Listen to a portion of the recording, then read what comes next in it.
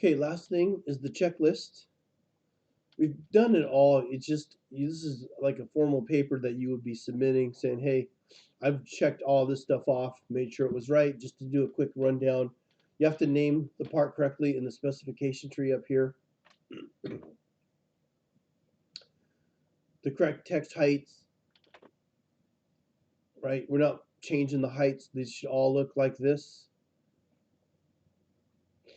When you zoom up on it, it'll be really obvious if you're not using the right text heights. Whatever these are, the dimensions and all that, and this scale 1 to 1, they should all be the same height. These come in as defaults. Oh, this drawing title is wrong.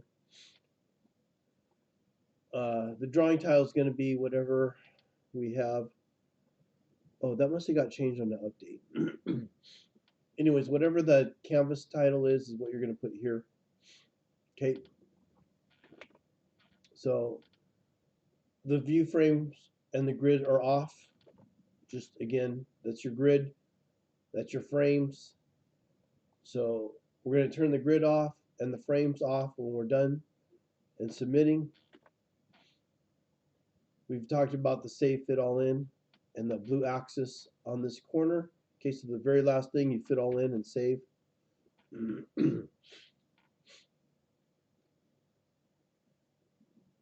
ANSI is going to be inches, 2-place call out. ASME is going to be 4-place call out. ANSI is going to have the tolerance block over here. ASME is going to have a general note with the tolerance. And then ISO standard will be a metric. Everything has to be 4 places if it's an ASME drawing.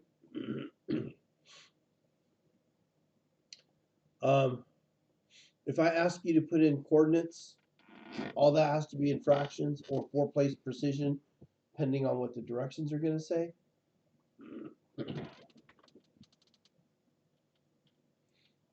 We use sample 2 border.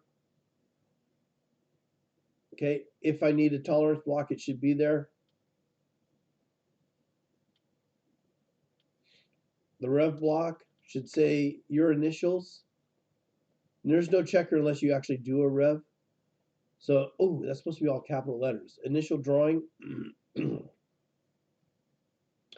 with the date, and this should be a dash, not a rev A. Okay, so that's what I'll be looking for. So this is just a checklist for yourself, what I'm going to go check and mark off. I'm going to look at the title block and make sure everything is correct in the title block.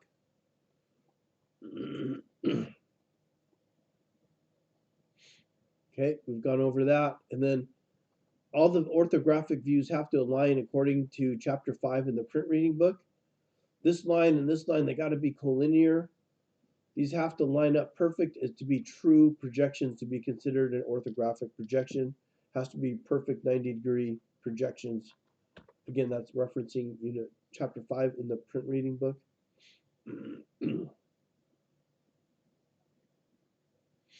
Often mistaken is the weight missing.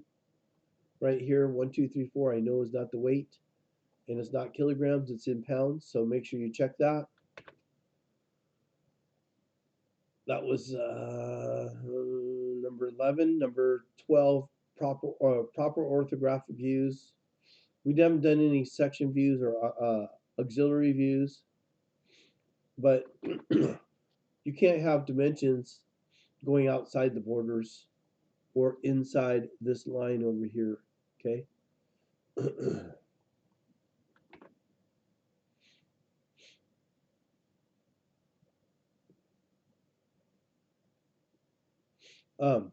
Some people, when they're putting this in, they put it in the plan view or the primary view. All these notes got to be in the background, okay? That's edit background to put those in the same as the title block. That's what where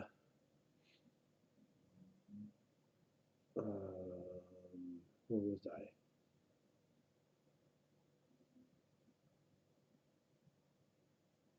I don't remember where it was. Let's go. Line 13 is the line weight. Okay, so this line weight should be thicker than any hidden lines. The periphery should be at 3, and the hidden lines are at 1.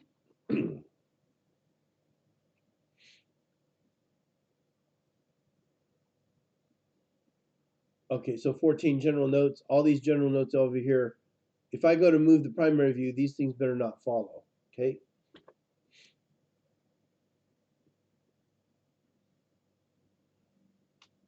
Under each view, they have to have each view labeled with the correct text heights. Notes and leaders where applied. So I had you practice putting on leaders by calling off the parts. Number 15, I need to see all the dimensions. If you're missing any dimensions, you're going to get marked wrong. If you have too many over dimensions, you're going to get marked wrong. And I gave you tips and techniques to make sure it's right. Just go to your sketcher. However many dimensions you got in your sketch, however you dimension the sketch, most likely should be how you did it here in this view. I should say constrain your sketch. The sketch has constraints, the measure is just pure measurements, and the drawings have dimensions.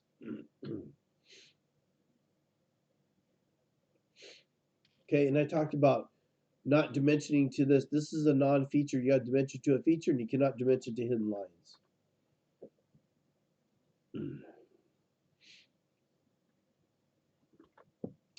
You've identified the datums correctly. I'll be checking for that. And the note saying why you put on the extra datums. So we've covered all that. This is just a formality, a checklist saying that this is how I'm grading the drawings when I check them. This is all our checkoffs, so it's kind of just good to go through and review it and just make sure that you got them all.